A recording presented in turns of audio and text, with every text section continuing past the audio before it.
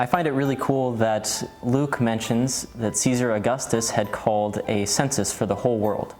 He's bringing in the fact that Caesar Augustus was, in a way, the king or the ruler, the emperor of so much. He had so much of this power and dominion, and yet we are introduced to this small child who is said to also be a king. This baby boy that's going to be born from a little young girl named Mary that nobody really knows about is going to be king because he's a descendant of David, who was himself a king back before Jesus. And so it's a call for us to pray about how is Jesus truly a king, even more powerful than Augustus could have been.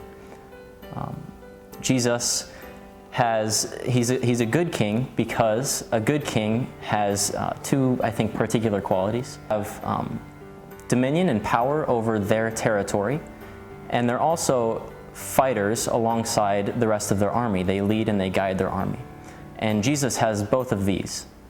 He has control over the world. He's got the whole world in his hands, as the song goes. And he has control over each one of our lives. He wants to be there with us and for us, and to lead us in the way that he desires. He has a goal for our good in mind and works on that with us. It becomes a matter then of letting him take the power and the kingship of our hearts, that he wants to rule over each and every part of our hearts as well, just like a king would rule over an earthly kingdom. So what parts of my heart have I not given over to that kingship of Christ? And then as well, I think it's important to think about how a king leads his army. Most of the time in those days, a king would go out and fight alongside his army. When they were facing such dangers as death, he would still be there with his men fighting. And I think that's something important to think about with Christ, because he also fights alongside us. There's a lot of struggles that we might go through in this life, and frustrations, especially now in this time with so much going on with the pandemic. There's a lot of difficulties that we all face.